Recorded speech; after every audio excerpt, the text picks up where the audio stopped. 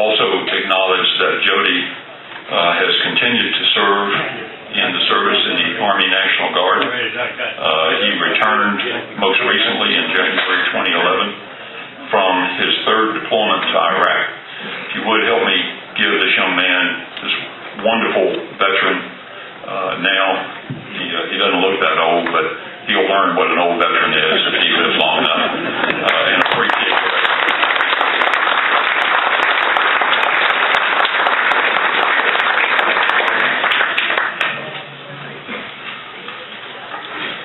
I got to say, it's such a pleasure to be here today. I grew up in Opelika, so being able to come here today and speak to all you guys is truly a great honor, and I'm very, very humbled to be here, so I really appreciate it. I want to talk here for a second about today's soldier, because today in 2011, only 1% of our population will ever know what it's like to wear the uniform. 1%. 1%. 1%. Now, I do stutter, but I said that on purpose just to drive home the point. 1%. And we have the greatest soldiers in the world. Now, we make mistakes, but we do our best to live by, at least in the Army, what we call the Army values. And those Army values are loyalty, duty, respect, selfless service, honor, integrity, and personal courage. We all make mistakes. I make mistakes. But if we could all strive to live with these values that you guys have for the majority of your lives, just think how wonderful, how much more wonderful this nation could be. Now, I'm going to tell you a couple of stories about some soldiers that I served with. You know, it takes all kinds in the Army. It takes all kinds. And when I was enlisted, I was a medic. And after I got back from Germany, I was stationed at Fort Sill, Oklahoma, in an artillery unit out there. And as a medic, they called me Doc. And one day, I cut my finger. Not too bad, but it was bleeding. And I did what every red-blooded American male does. I went to suck it.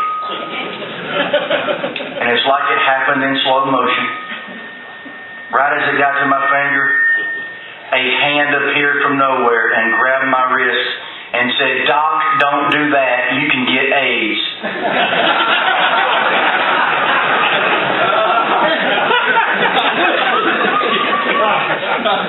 I'm like, I'm training to go to war with this guy.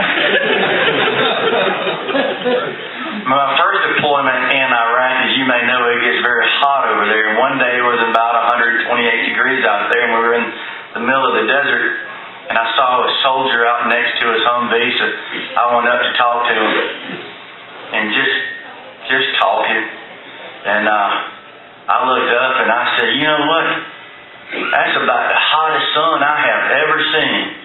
And he said, "Yes, sir. It almost looks like it's on fire." Almost. Almost. Nowadays, every vehicle, every soldier, whatever, they got GPS in their vehicles, on their equipment, so it's easy to find them. But several years ago, we were out in the woods, and we were trying to find another unit, and we couldn't find them. We're talking to them on the radio, though, and I had a map. I'm on the radio, and it was at night, and I'm trying to find this guy, and I'm talking to the radio guy. I said, "Do you know where you are?" He said, No, I don't. And I'm looking, and I'm seeing trees and hilltops and rivers and streams on my map. I said, "Well, do you see anything? Do you see any landmarks, anything that can help me?" And I'm not sure because I was on the other side of the radio, but when I asked him that, I'm pretty sure it went something like this. Look to his left, look to his right, looked up. Because he came back with, "Hey, do you see the moon?" I said, "Yeah." He said, "I'm right underneath it."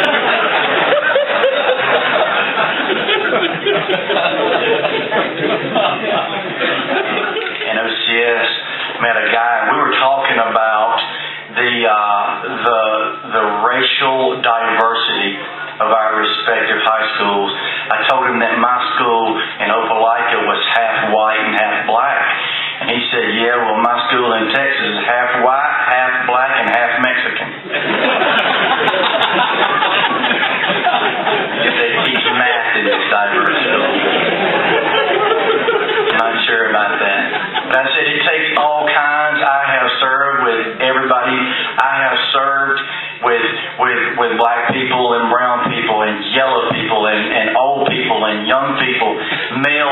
emails. I've even served with Alabama fans. And when we put on that uniform, it's one team, one fight, I can guarantee you that. I've got so much respect for those of you who served in previous wars. How many of you guys know who Frank Buckles is? Know that name, Frank Buckles? Frank Buckles, he died earlier this year, and he was the last surviving American service member from World War I. He's 110 years old, died in February. But Frank was the last surviving member of World War I. And according to the VA today, we're losing 1,000 World War II veterans a day. But we still have time to honor these veterans. And I know we have several World War II veterans in here today. You guys truly are the cream of the crop, truly are the greatest generation. And I got all the respect in the world for you. I also have a great deal of respect and admiration for those who served in Korea. Sadly, that's often referred to as the forgotten war, and that kind of disturbs me. Listen, it doesn't matter if you say Korea or Korea. We can never forget those veterans and what they have done. And again, I do want to focus on World War II veterans, Korean veterans, because we're losing them at an alarming rate. But, we still have time to thank them, to thank you all, and thank them for their service. We got fathers and uncles and brothers and neighbors and the guy you see at Walmart wearing a World War II hat, a Korean hat, or the guy sitting in the nursing home all by himself without anybody. We still have time to go and see them and thank them for their service, because we'd have a completely different way of life if they hadn't stepped up and answered our nation's call. I know we have a lot of Vietnam veterans in here today, and I didn't come around till 1972. But I know that the Vietnam veterans were not treated very well when they came home. And that's a very dark chapter in our history. But these guys are still young enough, and we can still thank them for their service each and every day. And some of these guys have never been welcome home. So to the Vietnam veterans, welcome home.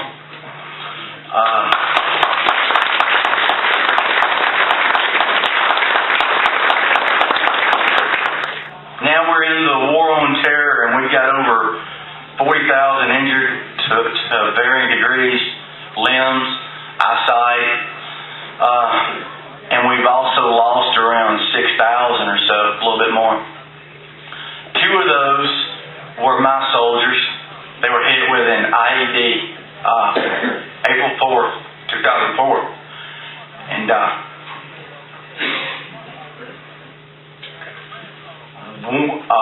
one, Philip Rogers, was killed instantly. And then the other, Tiana Felder, she died 3 days later. But I bring them up.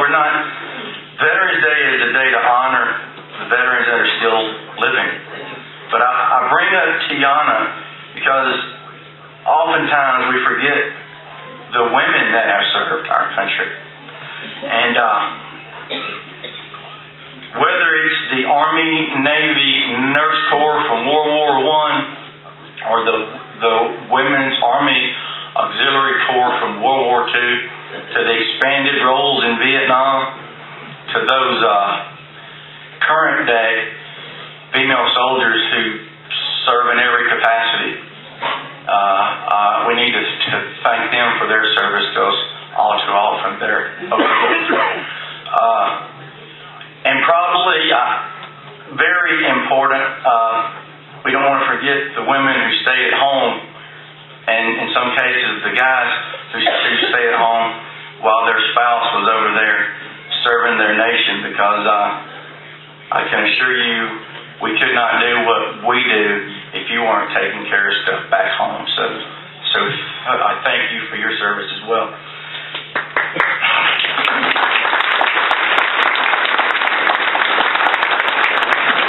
And although I'm not married, I want to thank my dog.